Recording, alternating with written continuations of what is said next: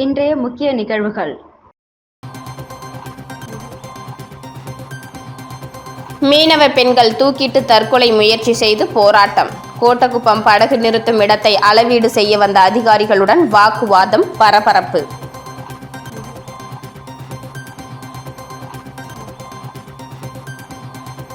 அமைச்சரவை விரிவாக்கத்திற்கு மத்திய அரசு அனுமதி. 3 அமைச்சர்கள் 17ஆம் தேதி பதவி ஏற்கின்றனர்.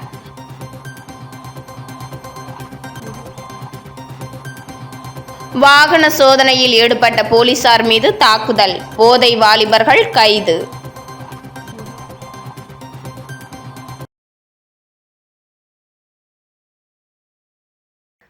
விழுப்புரம் மாவட்டம் கோட்டக்குப்பம் பகுதியில் மீனவர்கள் மற்றும் ஆதி திராவிட மக்களுக்கு இடையே நடைபெறும் இடுகாடு பிரச்சினையில் இன்று மீனவ பெண்கள் தூக்கிட்டு கடலில் இறங்கி தற்கொலை முயற்சி போராட்டத்தில் ஈடுபட்டதால் போலீசாருக்கும் மீனவ பெண்களுக்கும் இடையே தள்ளுமுள்ளு ஏற்பட்டது. மேலும் இடுகாடு ஒதுக்கப்பட்ட இடத்தை அளக்க வந்த அதிகாரிகளிடம் வாக்குவாதத்தில் ஈடுபட்டு 4 மணி நேரத்திற்கு மேலாக தொடர் போராட்டத்தில் ஈடுபட்டனர். மேலும் போராட்டத்தில் ஈடுபட்ட பெண்களிடம் தொலைபேசியில் பேசிய மீன்வளத்துறை அமைச்சர் விரைவில் நேரில் வந்து ஆய்வு செய்து உரிய தீர்வு காண்பதாக உறுதியளித்தார்.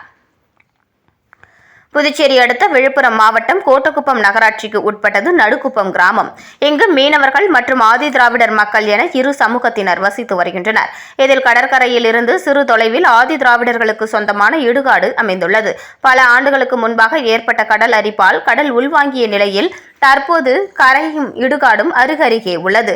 இதனால் மீனவர்கள் தங்கள் படகுகளை நிறுத்துவதற்கு இடமில்லாமல் இருப்பதாகவும் கடலிலிருந்து 500 மீட்டர் தொலைவில் உள்ள நிலப்பரப்பு மீனவர்களுக்கு சொந்தம் என்று கூறி 10 ஆண்டுகளுக்கு மேலாக இடுகாடை மாற்று இடத்தில் அமைக்க பல்வேறு கட்ட போராட்டத்தில் ஈடுபட்டு வருகின்றனர். ஆனால் ஆதி திராவிடர்கள் இடுகாடு இருக்கும் இடம் தங்களுக்கு சொந்தமானது என தொடர்ந்து சடலங்களை அங்கே புதைத்து வருகின்றனர். இந்த நிலையில் கடந்த சனிக்கிழமை அன்று ஆதி திராவிடர் சமூகத்தை சேர்ந்த பூமிலிங்கம் என்பவரை இடுகாட்டில் புதைக்க சென்றபோது மீனவர்களுக்கும் ஆதி திராவிட மக்களுக்கும் இடையே தகராறு ஏற்பட்டது. இதில் மீனவர்கள் அவர்கள் மீது கற்களை எறிந்துவிட்டு கடலுக்குள் சென்றனர். தொடர்ந்து ஆதி திராவிட மக்கள் சடலத்துடன் கிழக்கு கடற்கரை சாலையில் போராட்டத்தில் ஈடுபட்டனர். இதுகுறித்து தகவல் அறிந்து சம்பவ இடத்திற்கு வந்த டிஐஜி அருள் அரசன் போராட்டத்தில் ஈடுபட்டவர்களுடன் பேச்சுவார்த்தை நடத்தி பலத்த போலீஸ் பாதுகாப்புடன் உடல் இடுகாட்டில் அடக்கம் செய்யப்பட்டது.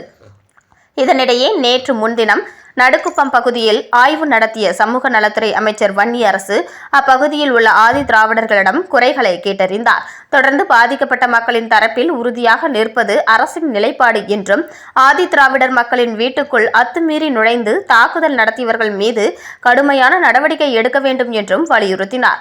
இதனை அறிந்த மீனவ மக்கள் அமைச்சர் ஒரு சமூகத்தினருக்கு மட்டும் ஆதரவாக செயல்படுவதாக குற்றம் சாட்டியிருந்தனர்.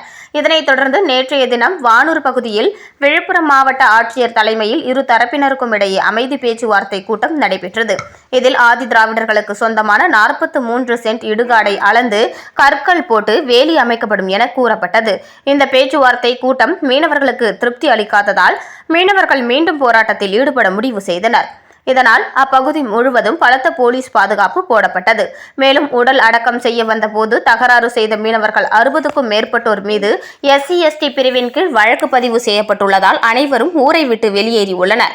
இந்த நிலையில் இடுகாடு மாற்று இடத்தில் அமைக்க வலியுறுத்தி இன்று காலை 100க்கும் மேற்பட்ட மீனவ பெண்கள் கழுத்தில் கயிறை கட்டிக்கொண்டு கடலில் இறங்கி தற்கொலைக்கு முயற்சி செய்தனர்.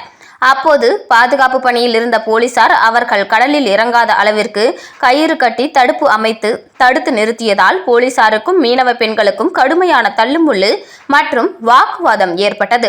இதனைத் தொடர்ந்து அங்கு நிறுத்தி வைக்கப்பட்டிருந்த படகுகள் மேல் மீனவ பெண்கள் ஏறி கோஷங்கள் எழுப்பி தொடர் போராட்டத்தில் ஈடுபட்டனர். இதனிடையே இடுகாட்டின் இடத்தை அளந்து கள்ளு போடுவதற்காக அதிகாரிகள் வந்தனர். அப்போது அவர்களை மீனவ பெண்கள் முற்றுகையிட்டு கோஷங்கள் எழுப்பினர். தொடர்ந்து போலீஸ் பாதுகாப்புடன் அங்கு அளந்து கற்கள் நடப்பட்டது. இதனை கண்ட மீனவ பெண்கள் ஆத்திரமடைந்து அந்த கற்களை பிடுங்கி கடலுக்குள் வீசி தொடர்ந்து 4 மணி நேரத்திற்கு மேலாக தொடர் போராட்டத்தில் ஈடுபட்டு வந்தனர். இதனால் கூடுதல் போலீசார் பாதுகாப்பு பணியில் ஈடுபடுத்தப்பட்டு JCB இயந்திரங்கள் மூலமாக அங்கு நிறுத்தி வைக்கப்பட்டிருந்த படகுகளை அகற்றி இடுகாட்டுக்கு இடம் ஒதுக்கும் பணி நடைபெற்றது. இதை கண்ட மீனவ பெண்கள் மேலும் கூச்சலிட்டு தங்கள் ஆதங்கத்தை வெளிப்படுத்தினர். இதுகுறித்து தகவல் அறிந்த மீன்வளத்துறை அமைச்சர் ஸ்ரீநாத் தொலைபேசி மூலமாக போராட்டத்தில் ஈடுபட்டிருந்த மீனவ பெண்களை தொடர்பு கொண்டு இதுகுறித்து 2 நாட்களில் நேரில் ஆய்வு செய்து உரிய தீர்வு காண்பதாக இருப்பதாக தெரிவித்ததாக தொலைபேசியில் பேசிய பெண் தகவல் தெரிவித்துள்ளார். மேலும் அமைச்சரிடம் தங்களை போலீசார் தாக்குவதாக மீனவ பெண்கள் புகார் தெரிவித்தனர். தொடர்ந்து இந்த பிரச்சினைக்கு உரிய தீர்வு ஏற்படுத்த வேண்டும் என்று மீனவர்களின் கோரிக்கையாக உள்ளது. அதேபோல் இடுகாட்டை காலி செய்ய மாட்டோம் என ஆதி திராவிடர் மக்களும் உறுதியாக உள்ளனர். இந்த இரு தரப்பு சமூகத்தினரின் பிரச்சனையை விரைவில் தீர்வு காண அரசு முயற்சித்து வருகிறது. இதனிடையே அப்பகுதியில் மிகவும் பதட்டமான சூழ்நிலை நிலவி வருவதால் பலத்த பாதுகாப்பு பணியில் போலீசார் ஈடுபட்டு வருகின்றனர். புதுச்சேரி மாநிலம் மதகடிப்பட்டு மேம்பாலம் 4 முனை சந்திப்பில் மோட்டார் சைக்கிளில் சென்று விபத்து ஏற்படுத்திய நபரிடம் போக்குவரத்து போலீசார் விசாரணை மேற்கொண்ட நிலையில் போக்குவரத்து போலீசாரை தாக்கிய 2 பேரை போலீசார் கைது செய்தனர். புதுச்சேரி வில்லியனூர் போக்குவரத்து போலீஸ் ASI மோகன், ஏட்டு ரஞ்சித், ஹோம்கார்டு புஷ்பராஜ் ஆகியோர் நேற்று மாலை 4 மணி அளவில் மதகடிப்பட்டு மேம்பாலம் 4 முனை சந்திப்பு பகுதியில் போக்குவரத்து நெரிசலை சீரமைக்கும் பணியில் ஈடுபட்டிருந்தனர். அப்போது அவ்வழியே 3 பேருடன் அதிவேகமாக சென்ற பல்சர் மோட்டார் சைக்கிள் எதிரே வந்த மற்றொரு மோட்டார் சைக்கிள் மீது மோதியது. அப்போது அங்கு பணியில் இருந்த போக்குவரத்து போலீசார் மோட்டார் சைக்கிளில் இருந்து சாலையில் விழுந்த வாகன ஓட்டிகளை கைப்பிடித்து தூக்கி அருகில் அமர வைத்தனர். இந்த பல்சர் மோட்டார் சைக்கிளில் அதிவேகமாக வந்த 3 பேரும் அதிக அளவு குடிபோதையில் இருந்தது தெரிய வந்தது. இதையடுத்து உதவி சப் இன்ஸ்பெக்டர் மோகன் மற்றும் போலீசார் மது அருந்தியுள்ளார்களா என கண்டறியும் கருவி மூலம் சோதனை செய்ய அவர்களிடம் வாயை ஊதுமாறு கூறியுள்ளனர். இதனால் ஆத்திரமடைந்த மூவரும் போக்குவரத்து போலீசாரிடம் எங்கள் மீது வழக்கு பதிவு செய்வீர்களா என கேட்டு தரக்குறைவாக பேசி தகராறு செய்து சட்டையை பிடித்து இழுத்து சரமாரியாக தாக்கியுள்ளனர். இதனை கண்ட அப்பகுதி வியாபாரிகள் மற்றும் பொதுமக்கள் போக்குவரத்து போலீசாரை தாக்கிய மூவரையும் பிடித்து தர்ம அடி கொடுத்தனர். இதுகுறித்து போக்குவரத்து போலீஸ் உதவி இன்ஸ்பெக்டர் மோகன் கொடுத்த புகாரின் பேரில் Thirubuvanai police sub inspector Rajesh மற்றும் போலீசார் வழக்கு பதிவு செய்து போக்குவரத்து போலீசாரை பணி செய்ய விடாமல் தடுத்து தரக்குறைவாக பேசி தாக்குதல் நடத்திய விழுப்புரம் மாவட்டம் வலவனூர் அருகே உள்ள இளங்காடு ரெட்டியார் வீதியை சேர்ந்த முருகன் மகன் சரத்குமார், அதே பகுதியை சேர்ந்த சவுந்தரராஜன் மகன் மதியழகன் ஆகிய இருவரையும் கைது செய்தனர். இந்த வழக்கில் தப்பி ஓடிய இளங்கோ என்பவரை போலீசார் தேடி வருகின்றனர். புதுச்சேரியில் மேலும் 3 அமைச்சர்கள் பதவியேற்க குடியரசுத் தலைவர் ஒப்புதல் அளித்துள்ள நிலையில் வரும் 17ஆம் தேதி காலை 9:45 மணிக்கு லோக்நிவாசில் பதவி ஏற்றுக் கொள்கின்றனர். புதுச்சேரியில் நடந்து முடிந்த சட்டமன்ற தேர்தலில் தேசிய ஜனநாயக கூட்டணியில் உள்ள NR காங்கிரஸ் 12 இடங்களிலும், பாஜக 4 இடங்களிலும், அதிமுக தேசிய ஜனநாயக கட்சி தலா 1 இடங்களிலும் வெற்றி பெற்றன. இதைத் தொடர்ந்து புதுச்சேரியில் மீண்டும் தேசிய ஜனநாயக கூட்டணி ஆட்சி அமைத்தது. இதனையடுத்து 5வது முறையாக முதலமைச்சர் ரங்கசாமி பதவியேற்றார். அவருடன் பாஜகவை சேர்ந்த நமச்சிவாயம், NR காங்கிரஸை சேர்ந்த மல்லாடி கிருஷ்ணராவ் ஆகியோர் அமைச்சராக பதவியேற்றுக் கொண்டனர்.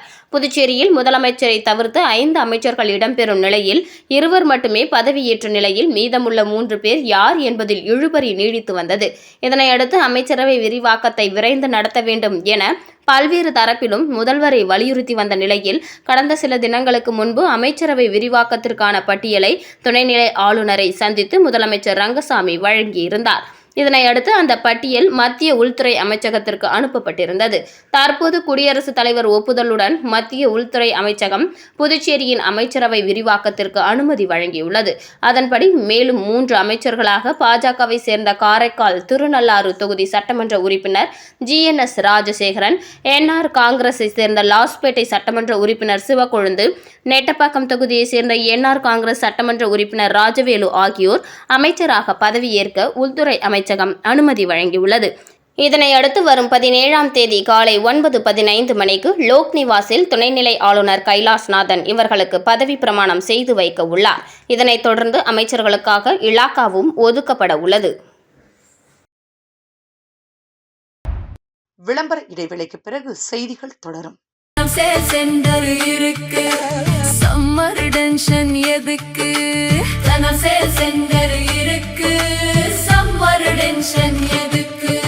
தனம்ல ஏசி வாங்கி சம்மரை சில் பண்ணுங்க.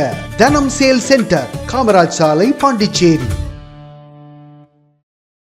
செய்திகள் தொடர்கின்றன. வில்லியனூர் ரயில்வே கேட் பகுதியில் சீரற்ற பணியால் போக்குவரத்து பாதிப்பு, பொதுமக்கள் வேதனை. புதுச்சேரி மாநிலம் வில்லியனூர் ரயில்வே நிலையம் அருகே வில்லியனூர், பெரம்பை மற்றும் புதுச்சேரி, விழுப்புரம், வானூர், கோரிமேடு, ஆரோவில் பகுதிகளுக்கு செல்லும் முக்கிய சாலையில் சுமார் 20 நாட்களுக்கு முன்பு ரயில்வே தண்டவாள பராமரிப்பு பணிகள் மேற்கொள்ளப்பட்டன. ஆனால் பணிகள் நிறைவடைந்த பின்னரும் அந்த பகுதியில் சாலை மற்றும் தண்டவாள சந்திப்பு பகுதி முறையாக சீரமைக்கப்படவில்லை என பொதுமக்கள் குற்றம் சாட்டுகின்றனர். இதனால் தினமும் இந்த வழியாக செல்லும் வாகன ஓட்டிகள் பெரும் சிரமத்திற்கு உள்ளாகி வருகின்றனர். குறிப்பாக பள்ளி மாணவர்களை இருசக்கர வாகனங்களில் அழைத்து செல்லும் பெற்றோர்கள், வயதானவர்கள், அரசு ஊழியர்கள் உள்ளிட்டோர் இந்த பகுதியை கடக்கும் போது தடுமாறி விழும் அபாயம் நிலவுகிறது. மேலும் வாகனங்கள் ஒன்றுடன் ஒன்று மோதிக்கொள்ளும் சூழலும் அடிக்கடி ஏற்படுவதாக கூறப்படுகிறது. இந்த சாலையில் தினமும் அதிக அளவில் போக்குவரத்து காரணமாக தண்டவாள பகுதியை கடக்கும் நேரத்தில் கடுமையான போக்குவரத்து நெரிசலும் உருவாகி வருகிறது. இதனால் பொதுமக்கள் அச்சத்துடனும் மிகுந்த கவனத்துடனும் அந்த பகுதியை கடந்து செல்கின்றனர்.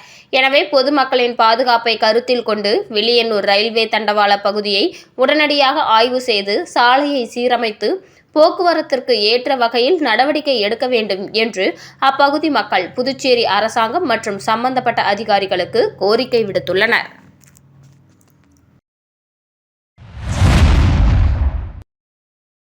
திருப்புவனை சட்டமன்ற தொகுதிக்குட்பட்ட மதகடிப்பட்டு பாளையம் அரசு உயர்நிலைப்பள்ளி மற்றும் திருப்புவனை அரசு உயர்நிலைப்பள்ளியில் மாணவர்களுக்கான இலவச பாடப்புத்தகம் வழங்கும் நிகழ்ச்சி நடைபெற்றது.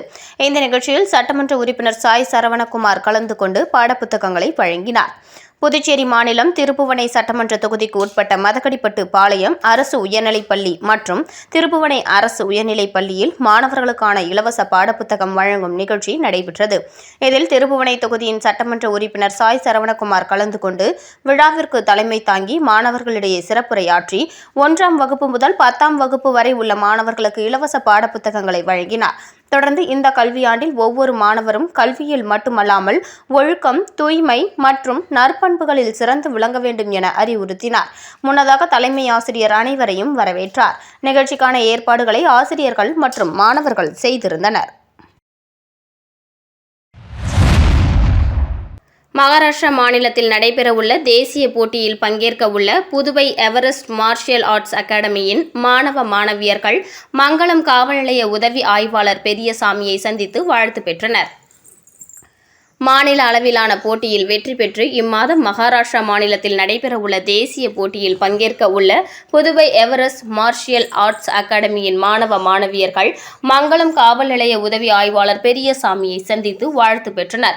உதவி ஆய்வாளர் மாணவர்களுக்கு சால்வை அணிவித்து பாராட்டி தேசிய போட்டியில் சிறப்பாக பங்கேற்று வெற்றியுடன் திரும்பி வர வாழ்த்துக்களை தெரிவித்தார்.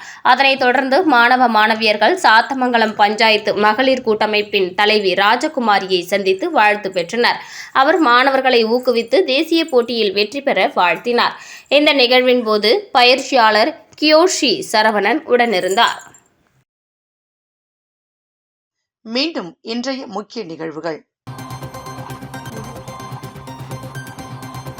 மீனவ பெண்கள் தூக்கிட்டு தற்கொலை முயற்சி செய்து போராட்டம். கோட்டகுப்பம் படகு நிறுத்தும் இடத்தை அளவீடு செய்ய வந்த அதிகாரிகளுடன் வாக்குவாதம், பரபரப்பு.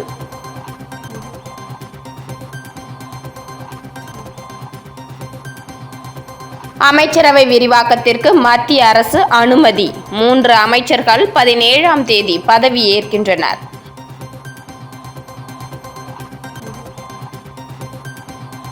வாகன சோதனையில் ஈடுபட்ட போலீசார் மீது தாக்குதல், போதை வாலிபர்கள் கைது.